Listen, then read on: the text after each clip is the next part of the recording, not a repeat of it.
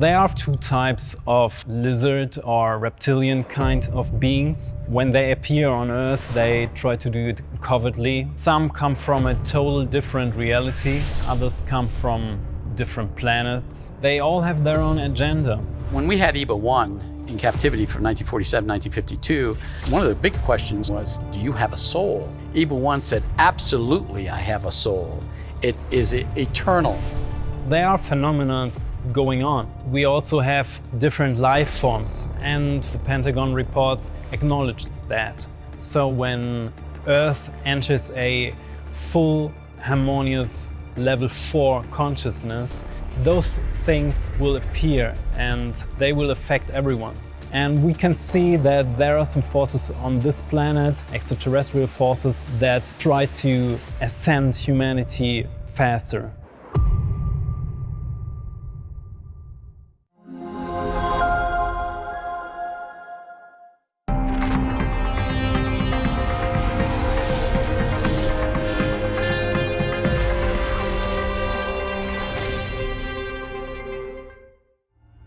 Today on Cosmic Disclosure, we're at an undisclosed location with Tim.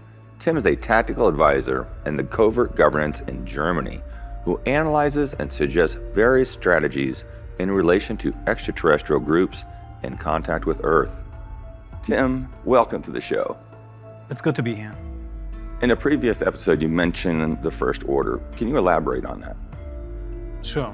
So the First Order is the original name that the Greys gave themselves. At least it's the best translation I could come up with, because it describes how they see themselves as preserving the order of the universe. And it's also describing the mission they have, which was pretty important to find out about, because what they are doing is to collect certain warrior type species and to bring them under one, head, so to speak, in order to fix the possible problems that can come up and occur with warrior type species. You'd mentioned one time that the Greys had an administrative mission throughout the universe. What could you tell us about that? Well, the Greys are working for different species while getting something back in return. So one thing they're very good at is to find solution for problems, for example, because they are a very intelligent and mental species. And what they do is offer their help for planets and star systems in order to manage things. And I think that because the Greys have some kind of genetic influence on humans, and human people tend to manage a lot of their stuff in the world, that this can come from them. This is just my theory, because I see some resemblance there. And this is what the Greys are doing. They offer their help to planets, and the way they help is in relation to what problems and what challenges these systems have. You mentioned this warrior type of species. How does that play into the First Order?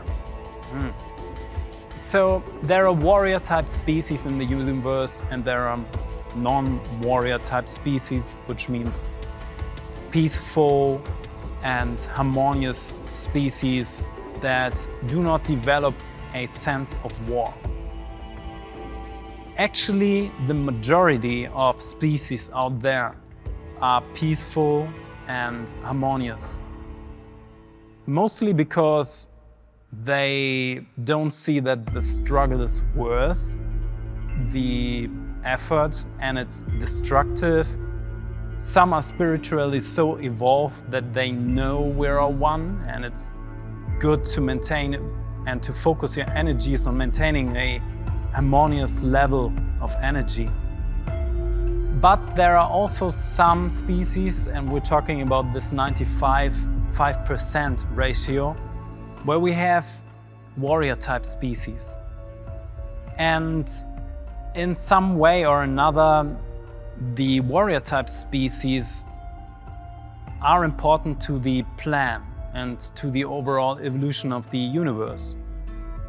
Because harmonious species do not develop a defensive mechanism, and they also haven't got this force that is sometimes needed to move into a certain direction. As we've already said, there's no good, no bad. So they accept that, they deal with it, and they are helpful and try to make the garden look as good as possible. And that is great, that is really great. But what happens if there is somebody entering the garden and picking up flowers, destroying everything? Right, does that create a conflict amongst these, competing extraterrestrial beings, and in what way? It does, because what the Greys said is, and what they are convinced of, that everyone has the choice to become part of this warrior type species or not. And there are clearly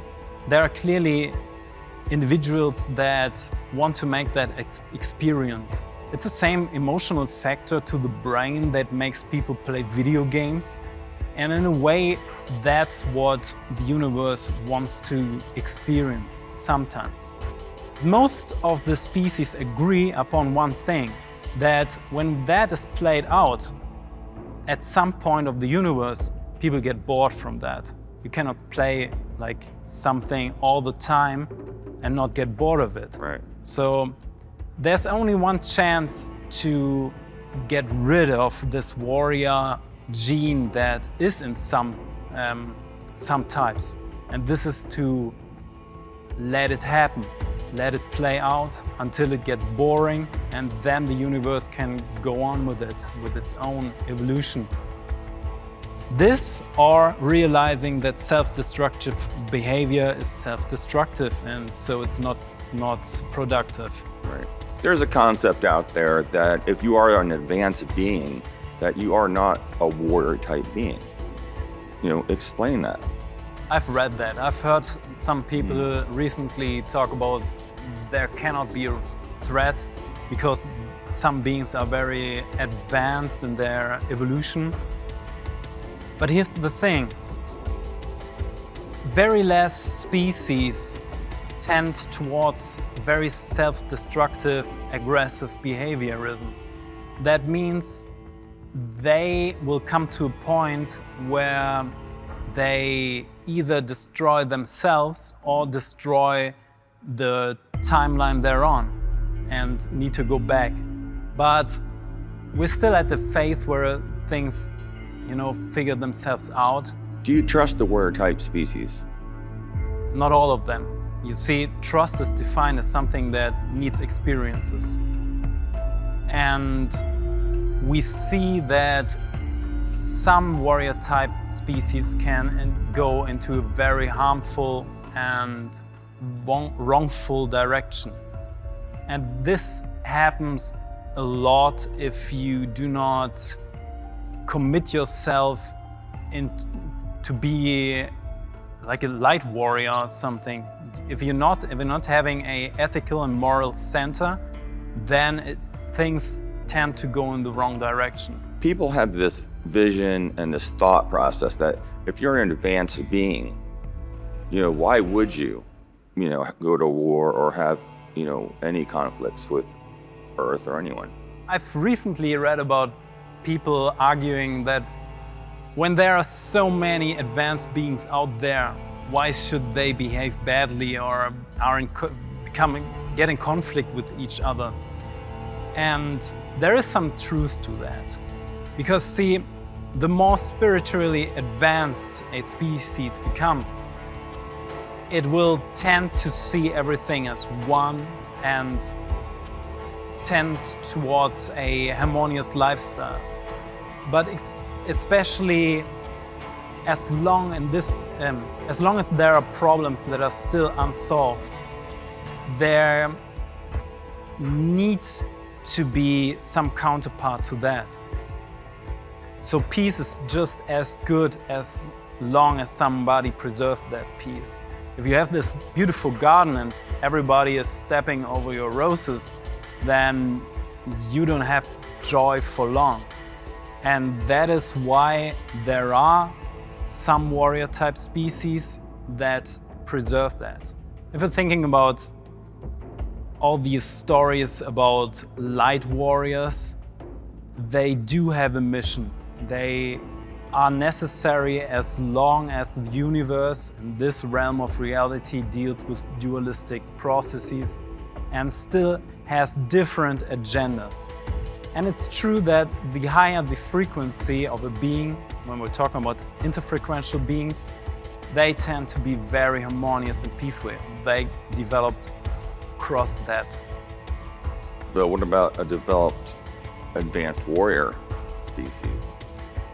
Good question.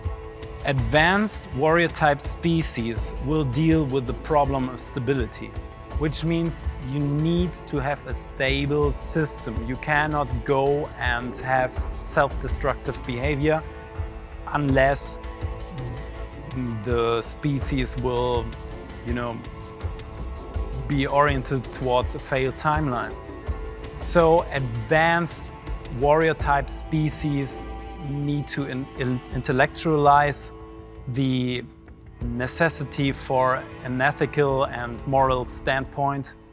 Do they have their own protocol for that? If they are going to engage, that no one else gets attacked or hurt? Yeah. In this phase of the universe, there are lots and lots of agendas.